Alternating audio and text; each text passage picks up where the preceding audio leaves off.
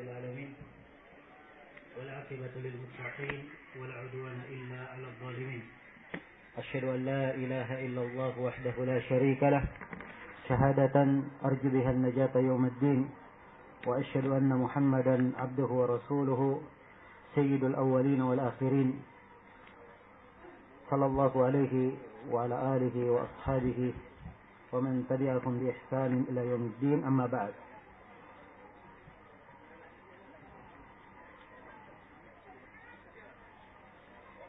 Kemudian dalam kelanjutan pembahasan Imam Al-Muzani rahimahullahu ta'ala dalam kitab beliau Syarhus Sunnah, beliau menyatakan wal imanu qaulun wa amalun ma'tiqadihi bil janan. Sini ada tambahannya, ma'tiqadihi bil janan qaulun bil lisan wa amalun bil jawarihi wal arkan. Ya, itu dikatakan enggak?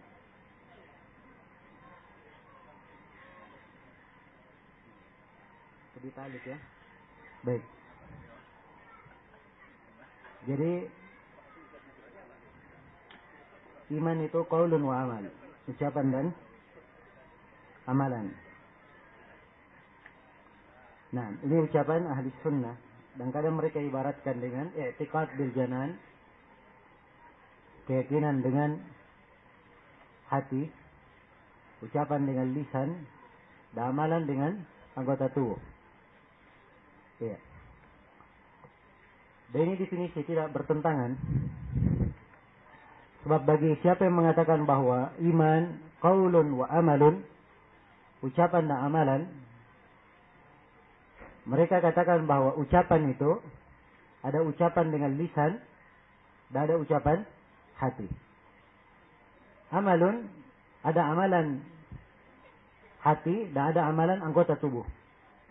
Ada amalan anggota tubuh. Jelas ya? Jadi kalau dibahasakan iman, ucapan dan amalan boleh saja.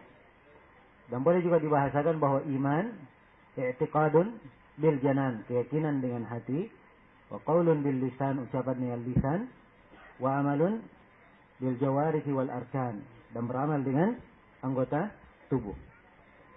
Ya.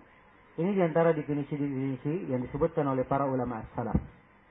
Dan ini dari hal yang disepakati di kalangan ahli sunnah, tidak ada perbedaan pendapat bahwa iman itu terangkai dari 3 hal, atau iman itu ada 3: keyakinan di dalam hati, ucapan dengan lisan, dan amalan dengan anggota tubuh.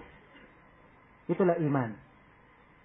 Sampai Imam Al-Bukhari menyatakan, dan ini disebutkan oleh Imam Al-Lalaka'i dalam Syarah Usul I'tiqad Ahli Sunnah wal Jamaah, dan dinukil pula oleh Al-Hafidh Ibn Hajar di dalam Fathul Bari. Imam Al-Bukhari berkata, saya berjumpa lebih dari 1000 guru. Semua guru saya berkata iman qaulun wa amal, ucapan dan apa? Amalan. Ya, bayangkan ya, 1000 guru yang beliau jumpai, semuanya berkata iman adalah apa? Qaulun wa amal. Jadi kira-kira kalau beliau berjumpa dengan 1000 guru, ya, maka cuma ada 2 kemungkinan. Kemungkinan yang pertama, gurunya mengajarkan hal itu kepada Imam Al-Bukhari. Kemungkinan yang kedua, Imam Al-Bukhari mempertanyakan hal tersebut kepada gurunya, sehingga beliau memperoleh apa? Jawabannya. Jelas ya? Di keadaan yang pertama maupun keadaan yang kedua, ini menunjukkan metode para ulama di dalam menuntut ilmu, dan banyaknya mereka mengulangi pembahasan akidah. Ya. Dan kalau ada pembahasan akidah, apalagi hal yang kadang ahlul bidah melanggar di dalamnya, mereka banyak bertanya kepada para guru supaya berulang jawaban. Ya. Dan nampak jawaban para ulama itu sama. Dan ini dari ciri khas akidah ahli sunnah. Akidah ahli sunnah itu tidak pernah ada kontradiksi di dalamnya. Hal yang disepakati, pokok dasar akidah disepakati oleh para a'immatus salaf. Tidak ada silang pendapat di dalamnya. Ya. Dan itulah ainul haq, sebenar-benar kebenaran, semata kebenaran. Sebab Allah berfirman dalam Al-Quran, afala yatadabbaruna al-Quran, "Lau kana min 'indi ghairillahi lawajadu fihi ikhtilafan katsira." Tidakkah mereka tadabbur terhadap Al-Quran?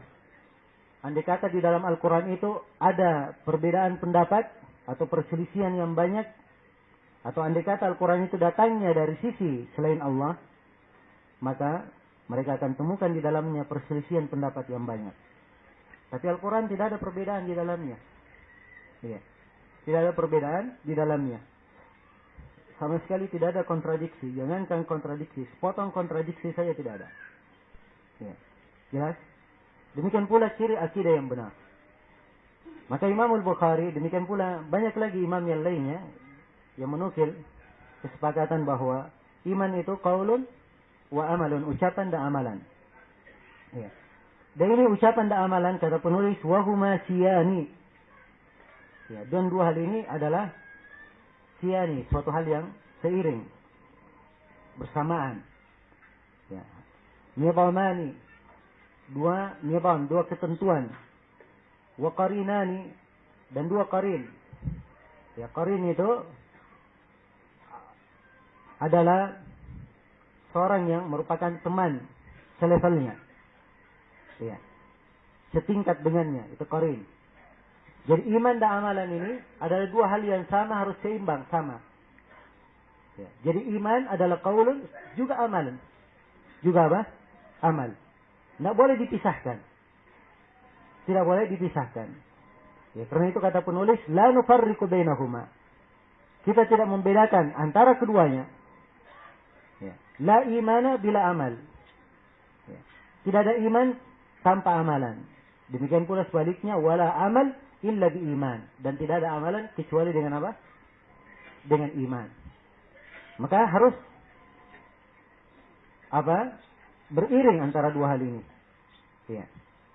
Harus ada amalan. Dan beliau di sini isyaratkan amalan, menekankan iman itu tercakup di dalamnya amalan. Ya, sebab di masa itu, apalagi di kalangan ahli sunnah sendiri, ya, khususnya di kalangan ahli fikih, ada yang mengeluarkan amalan dari keimanan. Jadi amalan tidak masuk dalam rangkaian apa? Rangkaian keimanan. Nah, itulah pendapat Abu Hanifah dan sejumlah murid-muridnya. Yang mereka ini disebut dengan nama Murji'atul Fuqaha. Kaum Murji'ahnya ahli fikih. Ya, Abu Hanifah, demikian pula Abu Ja'far At-Tahawi. Dalam akidah Tahawiyah beliau mentakrir madhab itu. Ya, demikian pula Ibnu Abdul Izz Al-Hanafi. Ya, sama. Dan ini kekeliruan mereka. Mereka mengeluarkan amalan dari apa? Dari keimanan. Jadi iman itu harus terangkai dari tiga hal. Ucapan, amalan, dan keyakinan. Ya, atau kalau ingin menghilangkan keyakinan dalam masalah. Sebab ucapan terbagi dua. Ada ucapan dengan hati, ada ucapan dengan apa? Lisan. Amalan, ada amalan hati, dan ada amalan anggota tubuh. Jelas? Baik. Jadi itulah iman. Ya, terangkai dari tiga hal semuanya. Di antara dalil yang menunjukkan rangkaiannya, terangkai dari tiga hal seluruhnya, adalah firman Allah Subhanahu wa taala, ayat yang paling dekat. Kita semua hafal. Ayat di surah Al-Bayyinah. "Wa ma umiru illa liya'budullaha mukhlishina lahud-din hunafa wa yuqimus salata wa yu'tuz zakata wa dzalika dinul qayyimah." Dan tidaklah mereka diperintah kecuali untuk beribadah kepada Allah. Perhatikannya, ibadah dengan mengikhlaskan amalan. Ya, dengan mengikhlaskan agama untuknya. Ya, jelas ikhlas. Ini amalan apa ini? Amalan hati. Dan mereka menegakkan salat. Salat apa? Terangkai dari amalan lisan, amalan anggota tubuh. Tentunya disertai dengan kekhusyukan di dalam hati. Dan mengeluarkan zakat. Ini amalan apa? Amalan tubuh. Jadi terangkai dari tiga hal. Tiga hal ini semua disebutkan dzalika dinul qayyimah. Itu adalah agama yang lurus. Jadi kalau kapan dia pulangi, berarti agamanya tidak lurus. Agamanya apa? Tidak lurus. Jelas? Dalil yang lain, firman Allah Subhanahu wa taala, "Innamal mu'minuna alladzina idza dzukirallahu wajilat qulubuhum wa idza tuliyat 'alaihim ayatuhu zadatkum imana wa 'ala rabbihim yatawakkalun alladzina yuqimuna as-salata wa mimma razaqnahum yunfiqun ulaika humul mu'minuna haqqan." Ya. Sungguhnya kaum mukminin itu, ini dirinci sifat kaum mukminin. Sungguhnya kaum mukminin itu adalah orang-orang yang apabila disebut nama Allah, bergetarlah hati-hati mereka. Ini amalan apa? Hati, bergetar hati-hati mereka. Wa idza tuliyat alaihim ayatuhu zadatkum imana. Kalau mereka dibacakan kepadanya ayat-ayat Allah, mereka bertambah keimanan. Wala rabbihim yatawakkalun, dan mereka bertawakal kepada Rabbnya. Ini semua amalan hati. Ya. Kemudian diterangkan lagi sifat mereka alladzina yuqimuna shalah, orang-orang yang menegakkan salat. Jadi menegakkan salat disebut dengan apa? Iman, mengeluarkan zakat. Wa mimma razaqnahum yunfiqun, dan terhadap rezeki yang kami berikan kepada mereka, mereka berinfak dengannya. Ini menunjukkan bahwa itu juga adalah bagian dari keimanan. Di akhir ayat ditekankan, ulaika humul mu'minuna haqqan. Mereka inilah orang yang beriman dengan sebenar-benar apa? Keimanan. Dia disebut beriman dengan sebenar-benar keimanan. Iya. Nah, contoh lain, ya kita tekankan pendalilan bahwa amalan bagian dari iman. Allah firman, "Wa ma kana Allahu liyudhi'a salatakum." Ya. Tidaklah Allah Subhanahu wa taala itu menelantarkan salat kalian. Dan salat di sini yang diinginkan adalah iman kalian. Jadi iman disebut dengan nama apa? Dengan nama salat. Menunjukkan bahwa amalan bagian dari apa? Dari keimanan. Karena itu sangat keliru sekali. Orang yang mengatakan iman itu cukup dengan ucapan dan keyakinan. Tidak perlu amalan. Atau dikeluarkan amalan dari apa?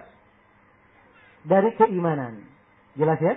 Dikeluarkan amalan dari keimanan. Inilah kelompok murjiah yang menyimpang di dalam pembahasan keimanan. Jadi murjiah itu, kenapa dikatakan murjiah? Itu dari kata irja. Irja itu mengakhirkan. Sebab mereka mengakhirkan amalan dari keimanan. Amalan tidak dimasukkan ke dalam apa? Keimanan. Karena itu mereka dianggap murjiah. Murjiah ini ada beberapa sekte di dalamnya. Ada dari kelompok murjiah mengatakan bahwa iman cukup dengan ucapan saja. Ya. Dan ini keharusannya, kalau iman dengan ucapan saja, berarti kaum munafikin semuanya apa? Semuanya mukmin. Kan begitu? Kaum munafikin semuanya mukmin. Ya. Ada yang mengatakan dari kelompok murjiah, iman itu cukup dengan keyakinan saja. Ya. Kalau cukup dengan keyakinan saja, maka Fir'aun juga sudah apa? Sudah beriman. Sebab Fir'aun mengakui. Ya. Meyakini, tapi dia mendustakan dengan lisan dan perbuatannya. Ya. Jelas? Berarti Fir'aun mukmin. Kan begitu? Ya, jangan-jangan heran, masih ada di masa ini yang berpendapat bahwa Fir'aun itu mukmin. Ya. Bahkan seorang mulhid Ibn Arabi menulis buku tentang keimanan Fir'aun. Ya. Dan ini ada pewarisnya. Ada pewarisnya. Ya. Karena setiap kaum ada pewarisnya.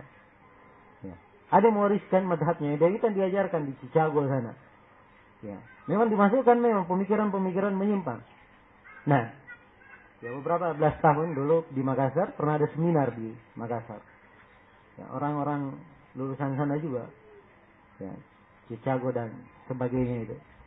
Judul seminarnya Fir'aun adalah mukmin sejati. Ya. Maka jangan dianggap bahwa pemikiran ini tidak ada. Ya. Jelas? Ini dasar pemikirannya. Kenapa dianggap beriman? Sebab dianggap bahwa iman itu cuma apa? Ya, keyakinan saja. Ya. Di antara kelompok murji'ah ada menganggap bahwa iman itu cukup dengan tasdik saja, pembenaran. Ya, pembenaran. Dan di antara mereka ada mengatakan bahwa iman itu cukup dengan ucapan dan keyakinan saja. Inilah kelompok murji'atul fuqaha yang kita sebutkan tadi. Ya, seluruh kelompok murji'ah lainnya itu bukan ahli sunnah. Adapun murji'atul fuqaha, mereka berbeda dengan ahli sunnah dalam hal ini. Ya, tapi para ulama masih menyebut mereka sebagai ahlul ilm. Karena itu detail sekali ibaratnya Abu Ubaid Al-Qasim Ibn Sallam dalam Kitabul Iman karya beliau. Ketika beliau merinci pendapat dalam masalah iman, kata beliau, dan pendapat para ulama ahlul ilmi, orang yang berilmu dalam masalah iman, dia sebutkan dua pendapat saja. Pendapat murji'atul fuqaha dan pendapatnya siapa? Ahli sunnah. Iya. Yang memasukkan iman, masukkan amalan dari keimanan. Jadi murji'atul fuqaha masih disebut orang yang berilmu. Ya, jelas ya? Sebab orang yang berilmu, para ulama itu tidak ada yang dikatakan maksum, lepas dari apa? Lepas dari dosa.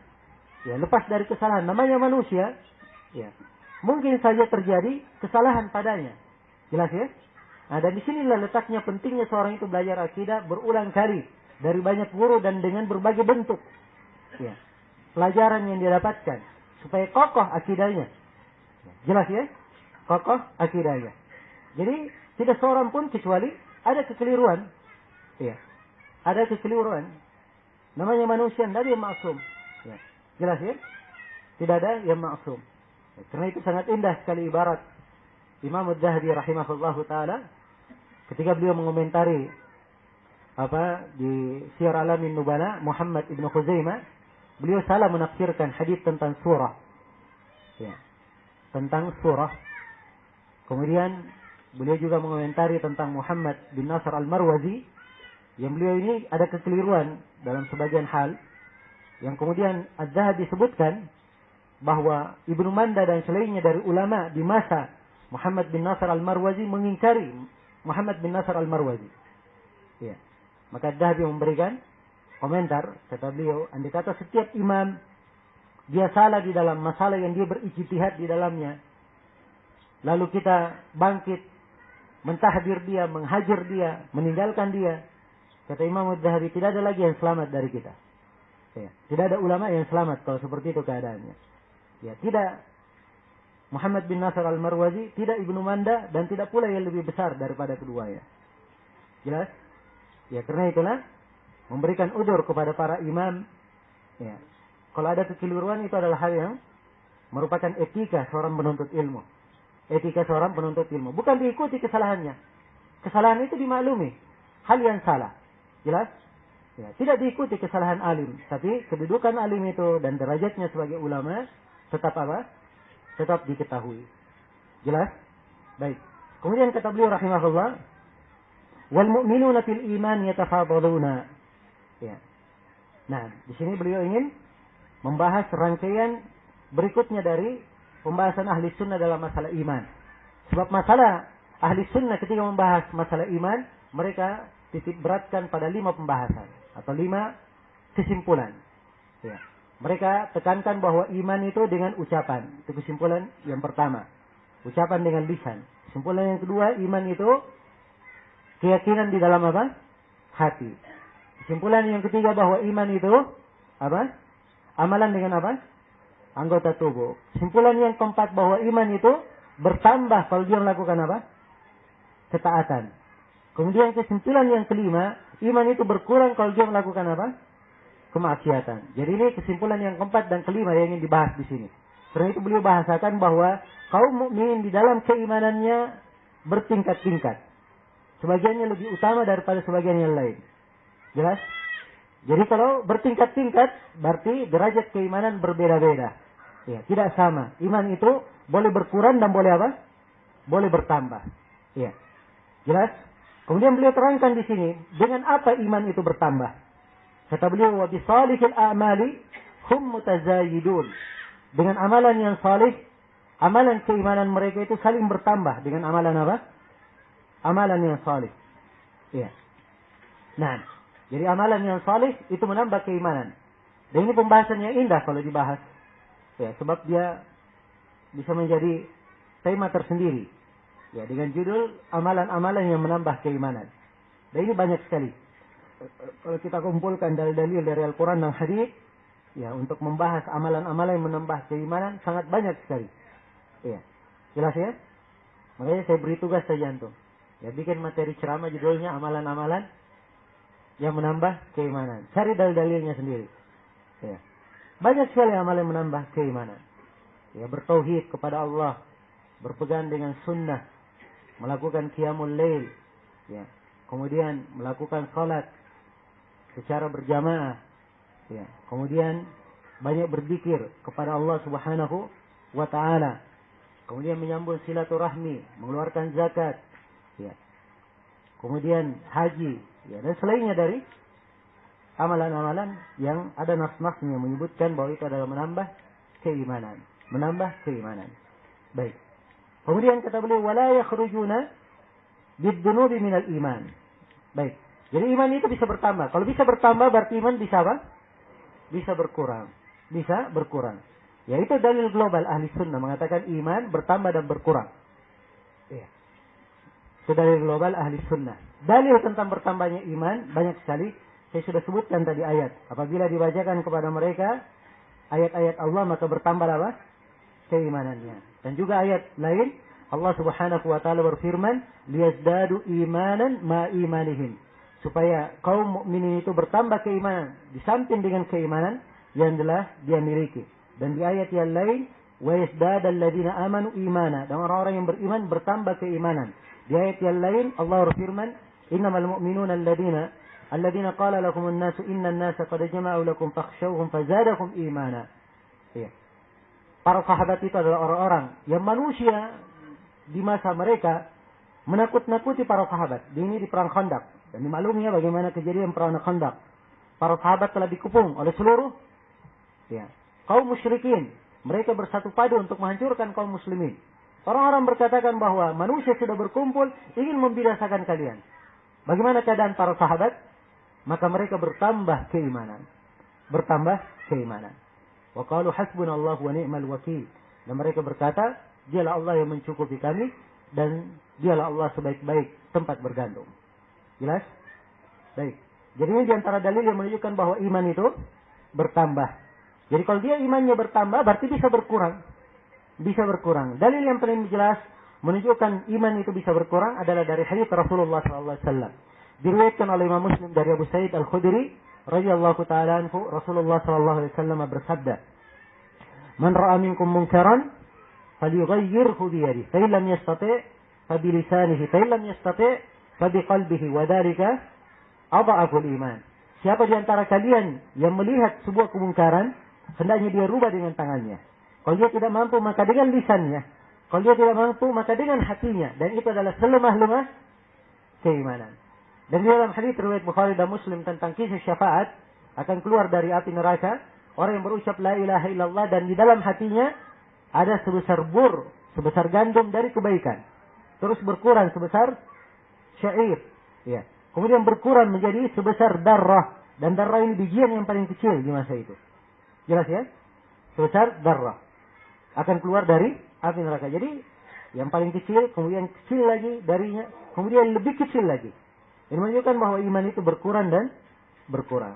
Jelas sampai sini? Nah, disinilah letak kuatnya akidah ahli sunnah dengan dalil-dalilnya.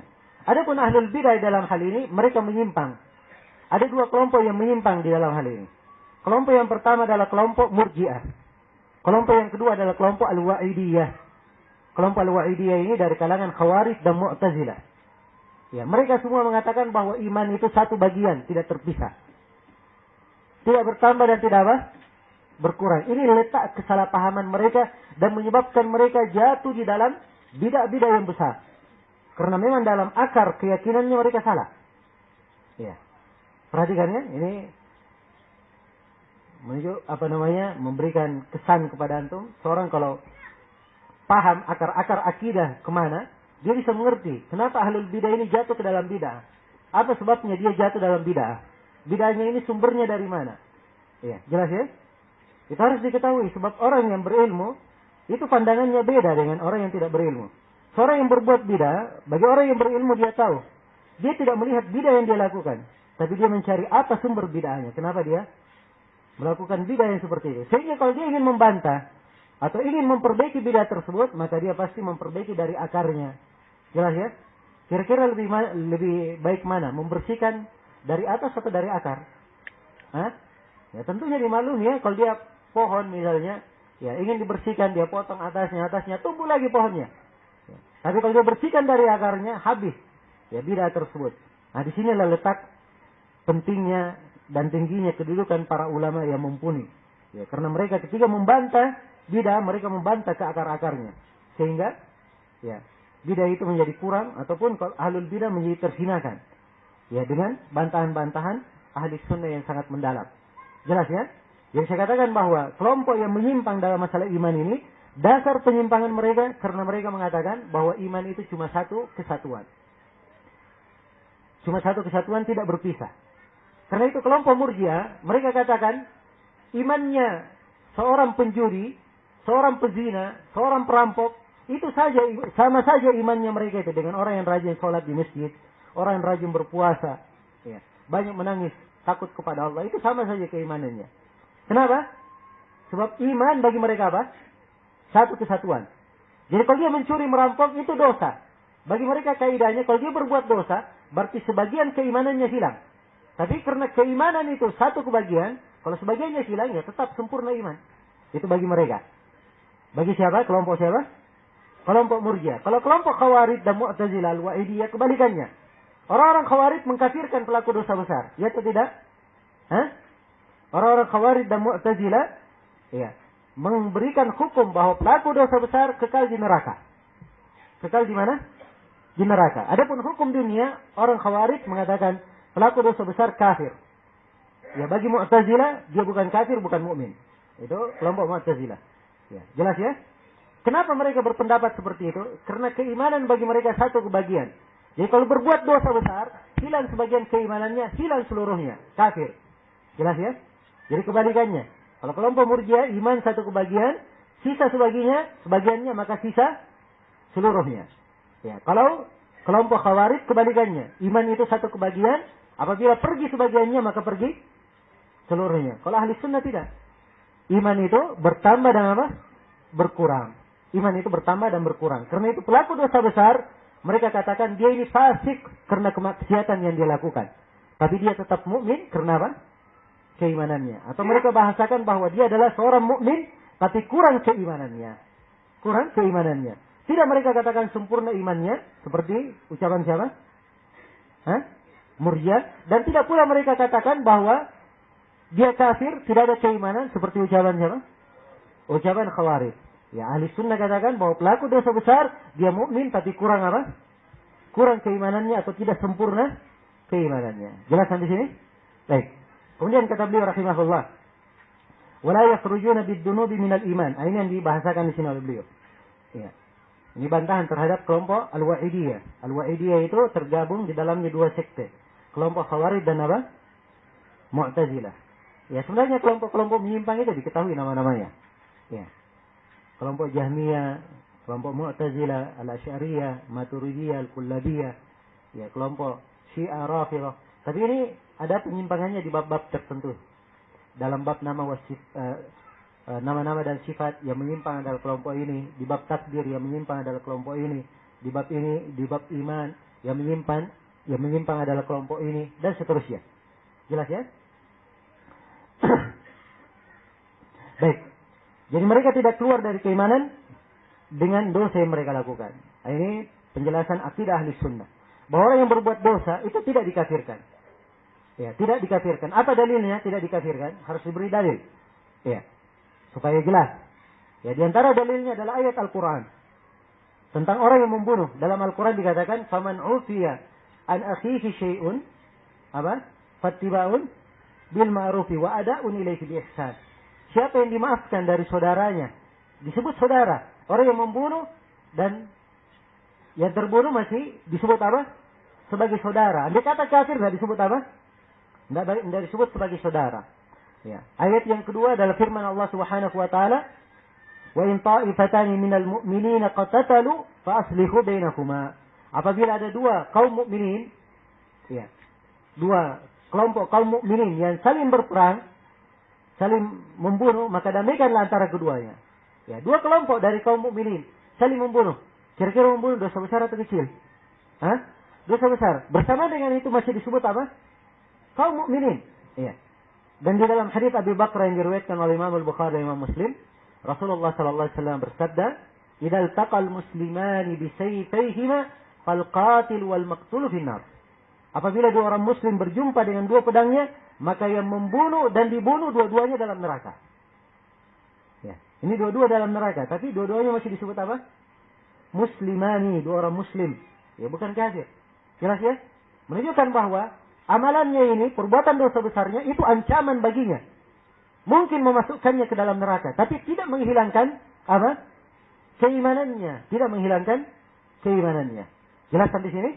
Ya, jadi keimanan, dia tetap mukmin tapi kurang keimanannya. Di antara dalil juga adalah hadis Jabir riwayat Bukhari atau riwayat Muslim tentang kisah orang yang bunuh diri. Ya, kira-kira orang yang bunuh diri itu apa? Dosa kecil atau besar? Ya, dosa besar. Dia bunuh diri. Ya. dengan cara dia potong urat nandinya sampai dia meninggal. Urat nadi tangannya. Maka ada seorang sahabat yang melihat dia dalam mimpi. Dia datang dalam keadaan rupa yang indah. Ya. Tapi dia sembunyikan kedua tangannya.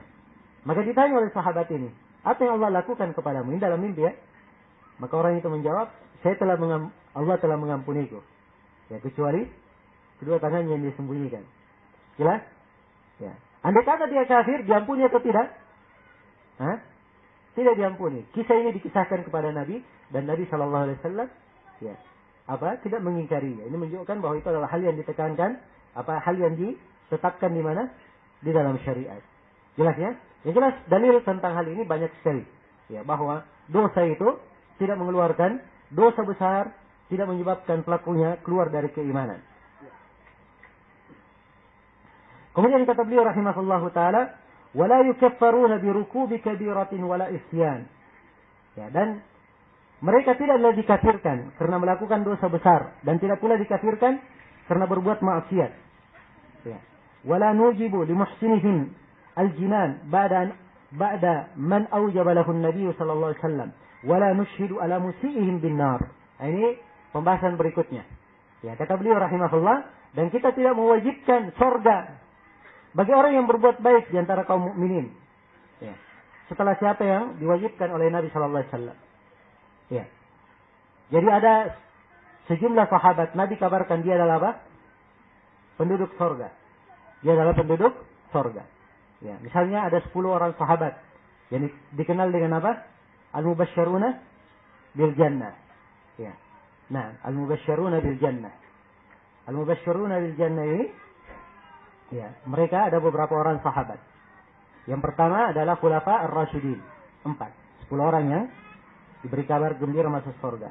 Kemudian Talha bin Ubaidillah, itu yang kelima. Kemudian yang keenam Abdurrahman bin Auf. Ya. Yang ketujuh Az-Zubair ibn al-Awwam. Kemudian yang kedelapan Abu Ubaidah ibn al-Jarrah. Yang kesembilan Sa'ad bin Abi Waqqas. Yang ke-10 Sa'id bin Zaid. Ini 10 orang sahabat dijamin masuk apa? Surga. Abdullah bin Salam juga ada penyebutan hadis beliau dari penduduk surga. Kemudian Al-Hasan dan Husain, ya, 2 pemuda pemimpin surga. Kemudian dari perempuan juga Khadijah, Aisyah, Fatimah, ya, dan selainnya dari para sahabiat yang diterangkan dijamin masuk surga. Jadi ada orang-orang dijamin oleh Rasulullah masuk surga, dan Rasulullah tidak mungkin menjamin dari dirinya sendiri. Beliau mendapatkannya wahyu dari Allah Subhanahu wa taala. Tapi setelah Nabi meninggal, bolehkah seorang mengatakan kepada orang yang berbuat baik, Masya Allah ini orang sepanjang dia hidup, seluruh hidupnya di dalam kebaikan. Ini ulama, ya, sepanjang dia hidup dari muda sampai rambutnya semuanya putih, semuanya di atas ilmu dan keimanan, ya, dan dakwah di jalan Allah. Wah, ini berarti masuk surga. Boleh seperti itu? Hah? Nah, di sini yang beliau tekankan bahwa tidak boleh memastikan surga kepada siapapun selain dari siapa yang ditetapkan oleh Nabi sallallahu alaihi wasallam. Jelas ya? Memang Syekhul Islam Ibnu Taimiyah, dan ini dikuatkan oleh Syekh bin Baz, beliau berdua berpendapat kalau misalnya kaum muslimin mempersaksikan, banyak kaum muslimin mempersaksikan, maka boleh dipersaksikan untuknya surga. Ya, tapi ini pendapat saya kira kurang kuat. Ya, mungkin yang lebih kuatnya adalah pendapat yang disebutkan di sini, sebab ya hampir setiap buku akidah menyebutkan pendapat tidak boleh memastikan, seperti yang diterangkan di sini oleh penulis. Jelas ya? Baik. Demikian pula orang yang berbuat kejelekan, tidak boleh langsung dikatakan, oh ini kamu penduduk neraka. Tidak boleh. Jelas ya? Sebanyak apapun kejelekan yang dia lakukan. Ya, orang yang berbuat baik kita harapkan dia masuk surga. Orang yang berbuat jelek kita khawatir dengan kejelekannya dia masuk apa? Masuk neraka. Tapi kalau dia memastikan, oh ini masuk neraka, ini masuk surga, ya apa haknya? Ya, dari mana dasar ilmunya dia memastikan? Ini adalah hal yang tidak diperbolehkan. Bahkan kalau dia mencap orang ini penduduk neraka, itu termasuk dosa besar. Ya, termasuk dosa besar yang mungkin saja bisa mencelakakan dia di dalam neraka. Karena itu di sebuah hadis yang diriwayatkan oleh Imam Muslim, ada seorang yang bersumpah, ya, ketika dia melihat temannya berbuat dosa, kemudian berbuat dosa lagi, akhirnya dia berkatakan, ya demi Allah, Allah tidak mengampuni kamu. Kalau seperti itu, dia bersumpah. Maka Allah berfirman, "Man dzalladzi yata'alla alayya?" Siapa yang bersumpah atas nama saya itu? Saya tidak ampuni si fulan. persaksikan bahwa si fulan yang berbuat dosa ini saya telah ampuni, dan kamu yang berucap saya tidak ampuni, saya memasukkan kamu ke dalam neraka. Ya, jelas? Maka hendaknya seorang itu menjaga lisan, ya berhati-hati dalam menjatuhkan hukum-hukum syariat, sebab ini semuanya punya konsekuensi dan keharusan. Baik, waktunya sudah habis ya, kita siap-siap ada ceramah tadi di masjid apa? Hah? Masjid Al-Musaddihin. Ya, jadi bukan di Masjid Al-Jihad ya. Baik. Kita cukup sampai sini. Subhanakallahumma wa bihamdika asyhadu an la ilaha illa anta